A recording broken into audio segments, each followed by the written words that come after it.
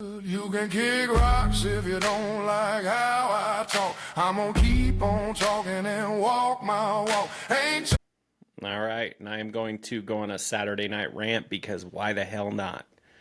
I truthfully cannot express how passionate I am around the fact that the customer service models of today are broken. I mean, fundamentally broken.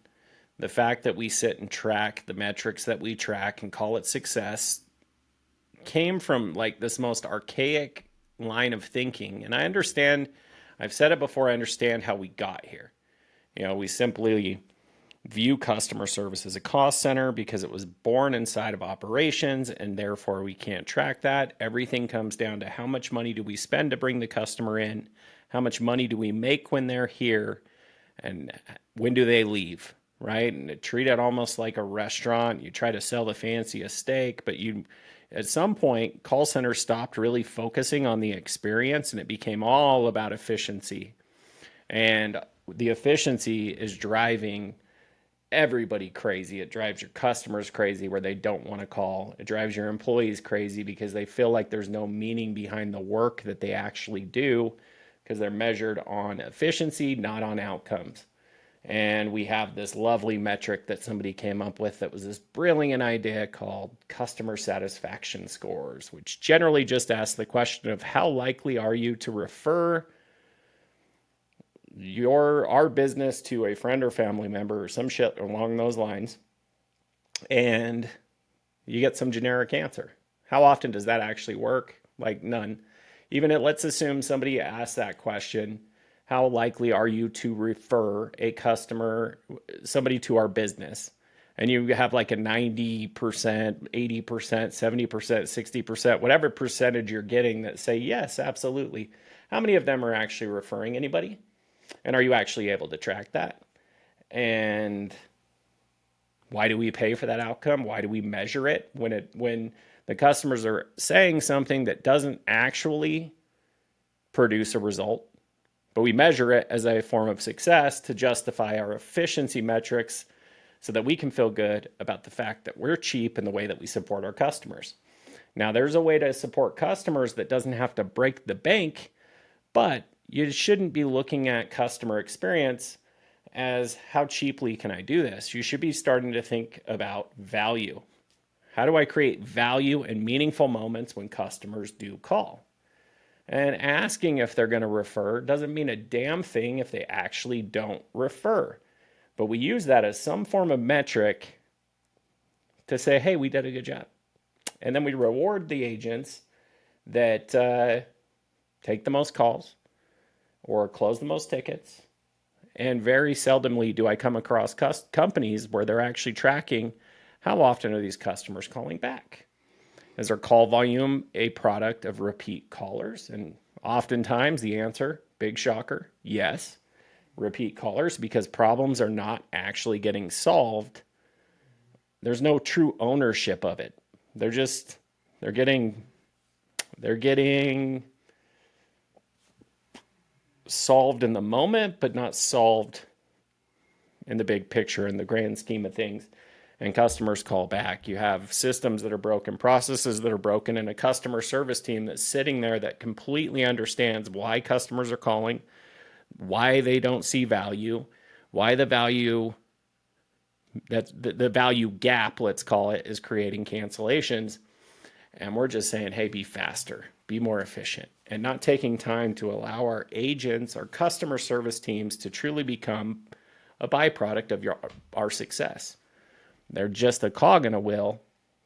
And so now we start to look at them at like how cheaply we can do it. And now we're getting into this whole AI era. And this is going to be just almost laughable because if we went and started training AI and measuring the success of AI the same way that we track the efficiency of the contact center agent, you would automate your ass right out of business in a heartbeat. You're starting to come to assumptions that like average handle time won't matter all of a sudden with AI, will it? Unless you're under billed by the minute, billed by the interaction, however they do that, whoever you decide to go with. But if you're even billing AI by the minute, you're going to have customers automating themselves. Like, hey, let's let AI get this done as quickly as possible and get the customer the hell out the door. And treat customer service like a containment zone, and it's absolutely insane. Stop thinking about the volume and start thinking about the value. Start trying to understand why customers are calling. Automate the low to no value calls. And then when the calls do occur, make them count. I can't preach this enough. Death to KPIs is probably like, it could have been way better written, but the philosophy behind the book itself is freaking right. It's absolutely right. The fact that people just can't see it yet is what drives me crazy. The amount of energy I spend trying to explain to people why KPIs are killing their business is just like insane to me, because as soon as you start to understand what I'm saying, it's impossible to ignore. Now, KPIs are important to an extent, but they are a guide. That is all they are. They should be a guide, not a god. We should not be punishing our agents when they're trying to take ownership over a problem and see that thing through. And actually feel like they are a part of the business. They're producing meaningful outcomes, and they're not just order takers answering phone calls and on to the next thing. Measuring a scoreboard of efficiency versus a scoreboard of value. If I know personally, if I'm working for a company and I can see a direct impact from the work that I do, helping the company succeed, creating an environment where value is actually freaking the number one priority, value creation, an exchange of value for an exchange of money, I feel pretty damn good about that. And in starting SoniqCX, we are an exchange of value in exchange for money. And we do not onboard customers and just take a shit ton of calls and try to get them out of the way quickly so that we can take more calls, so that we can bill more, because that just makes us hypocritical and a bullshit contact center, which a lot of BPOs out there are just full of shit. A lot of call centers out there are full of shit. It is like human trafficking with a P&L. Like, and I know that sounds dramatic. My point is, what I'm saying is, you literally just funnel through these people, and it's all a volume game. Give me as many calls as we can handle, as much payroll as I can afford. I don't care if they stay. I'll keep the margins. I'll keep their pay low. My margins are low because we already race each other to the bottom. And voila, here we are today. Lovely customer service.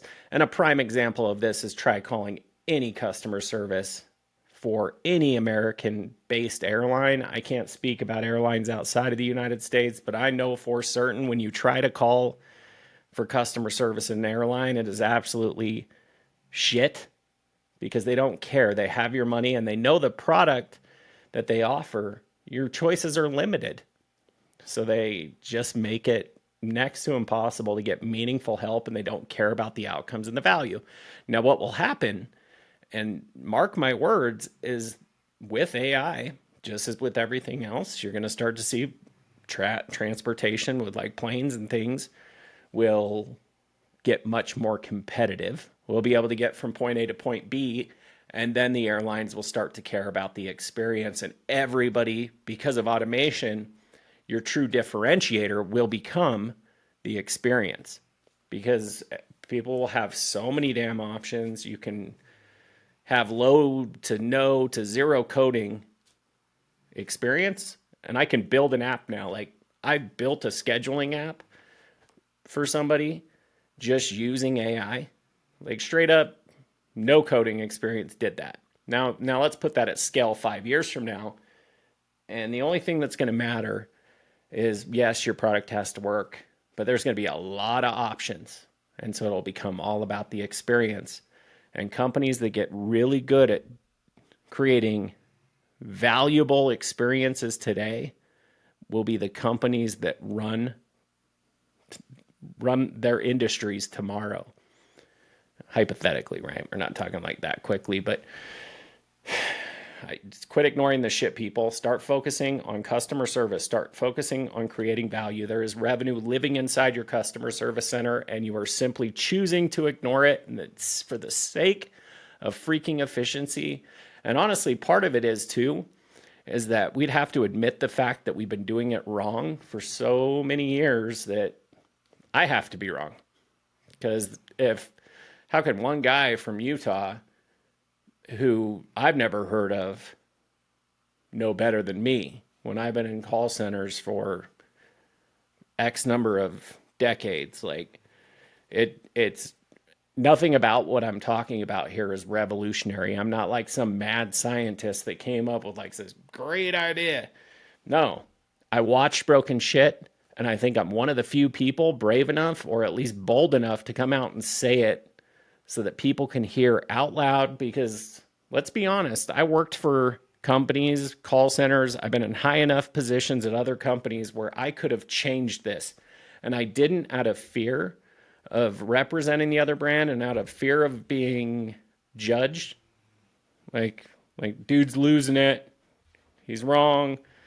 Whatever it is. And plus the P&L incentives didn't align with any sort of focus on customer service, because the beauty of the P&L and the beauty of the way businesses run, if you go and start actually taking time to care about your customer experience, it doesn't look sexy at the end of the quarter. It doesn't look sexy maybe in the next 6 months. You're looking at 9 to 12 months to really start to be able to measure the impact of creating value in customer service and treating that department. Hell, even to start, it's going to look downright wrong. You're spending more on customer service in some cases, in some industries, some businesses. And so now it's like, hey, our margins aren't where they need to be. But here's what happens, and it happens every single time. Company looks at their P&L. They go, well, our EBITDA is not as high as we need it to be, so let's cut costs. Where can we cut costs? And they start to talk about customer service. Hey, can we drive these interactions to chat? Okay, let's do that. That'll avoid, let's see how many calls we can avoid altogether. Let AI chat take care of that. Great. And all looks sexy and pretty, right? 3 months later, all these calls have been deflected and service costs are down. We drove automation, looks sexy. Fast forward 12 months later, you're in a separate meeting about what the hell happened to churn. Why are so many of our customers leaving? And it's just what it looks like. Or you get the inverse, and I've seen this happen as well. Rather than go, oh shit, we messed up when we started driving calls to chat. Maybe our chat's like not working as well as we thought. No, it's, hey, let's put more money into marketing. Or, hey, marketing, drive more leads so that we can acquire more. And then the pressure goes in on sales. Hey, sales, why aren't you converting more? Convert more, sell more. Oh shit, let's set up a retention department. All the while, there's this big obvious thing in the middle that we just don't pay attention to.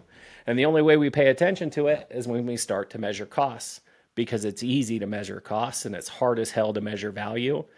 And the cycle continues.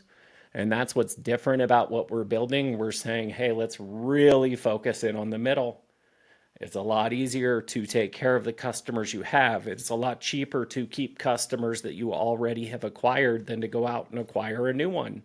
And the best way to keep your customers is by taking care of them, by driving meaningful interactions, by delivering outcomes, by not measuring activity for the sake of efficiency, because that efficiency is going to take your ass right out of business.